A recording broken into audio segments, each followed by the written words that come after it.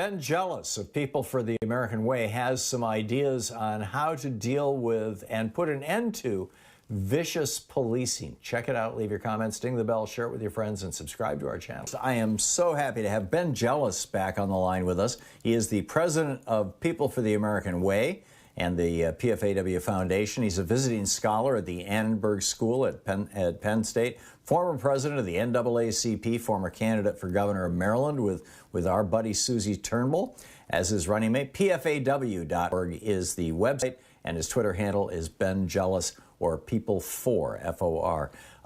Ben Jealous, welcome back to the program. I'm curious what, in your mind, is the best plan to end police misconduct in the United States?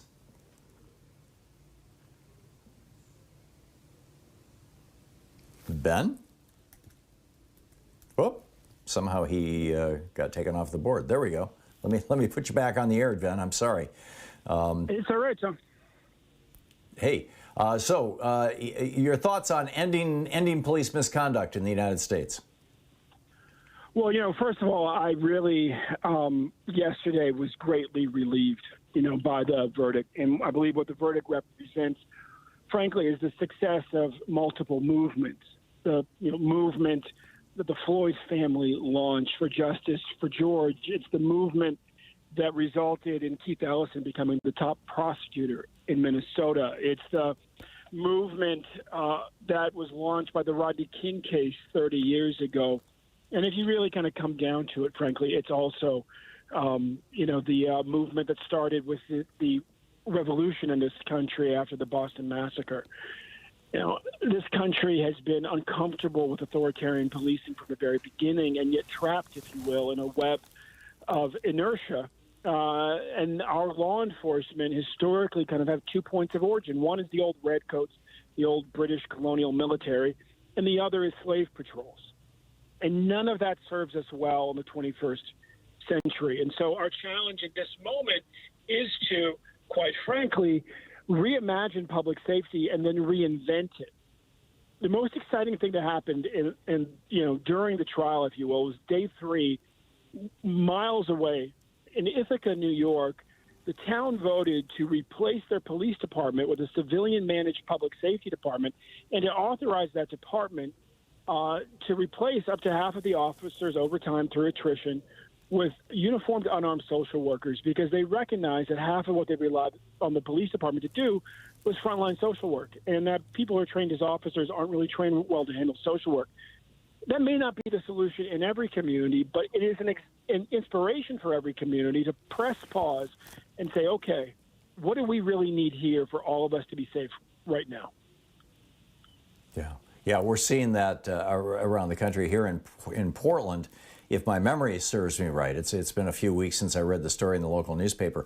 The city appropriated, I believe it was $6 million to deal with the rash of shootings that has happened. It's happening all over the country now, in the city. And none of that money is going to police officers. It's all going to things that will minimize, situations where people get shot and deal with all those kinds of things. That seems like a really good start.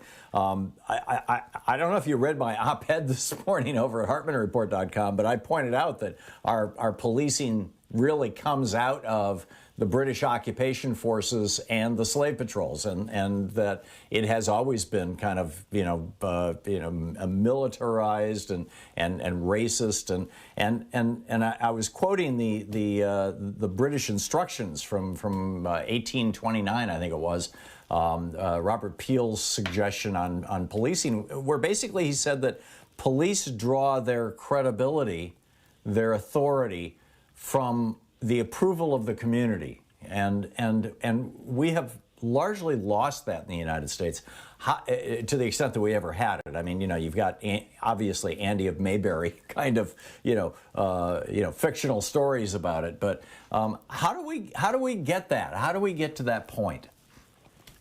Yeah, I know. I did not read the op-ed, but great minds think alike, I guess. And the and the Peel principles, of course, come after the era that gave birth to the revolution, and represented an evolution at the time in the thinking.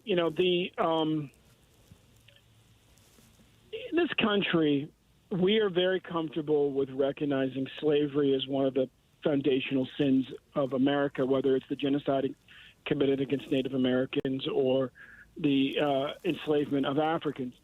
We are less comfortable really owning classism and really a kind of sort of hatred and loathing for the poor as being baked in. In England, it's just the opposite. They're very uncomfortable talking about racism. They're very comfortable dealing with classism. And, of course, both are problems in both places. And that actually,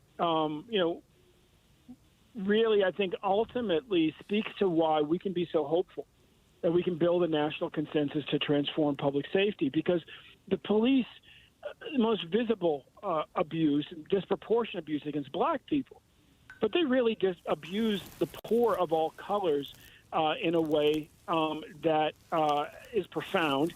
And interestingly, every community in the United States, when you poll them, the majority of people, regardless of race or class, feel like the police are too rough with their community.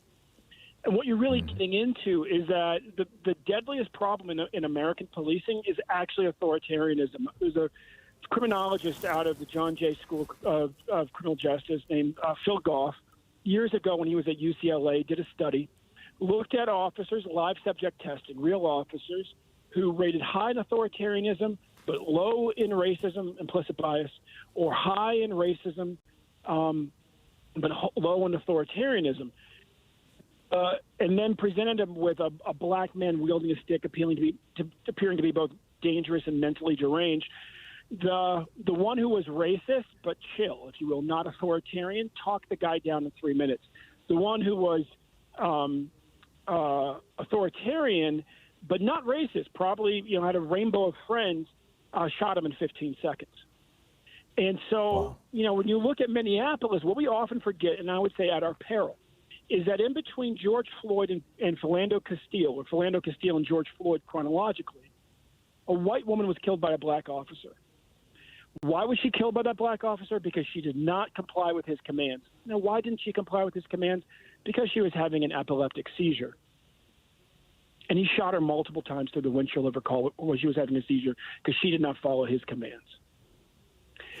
That is, in essence, the most dangerous problem. It turns out that while racist officers will harass you and mistreat you and abuse you, the most dangerous officer is the authoritarian one, independent of their racism. They're the ones that are most likely to kill you, and they actually are a threat to, every community, even though obviously the layer of racism means that my people, black people, have to deal with it disproportionately.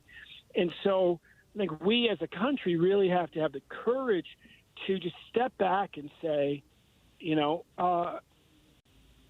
how might we create a public safety force that allows all of us to feel truly safe? Because if we're honest, all of us, are more unsafe than we often discuss in public.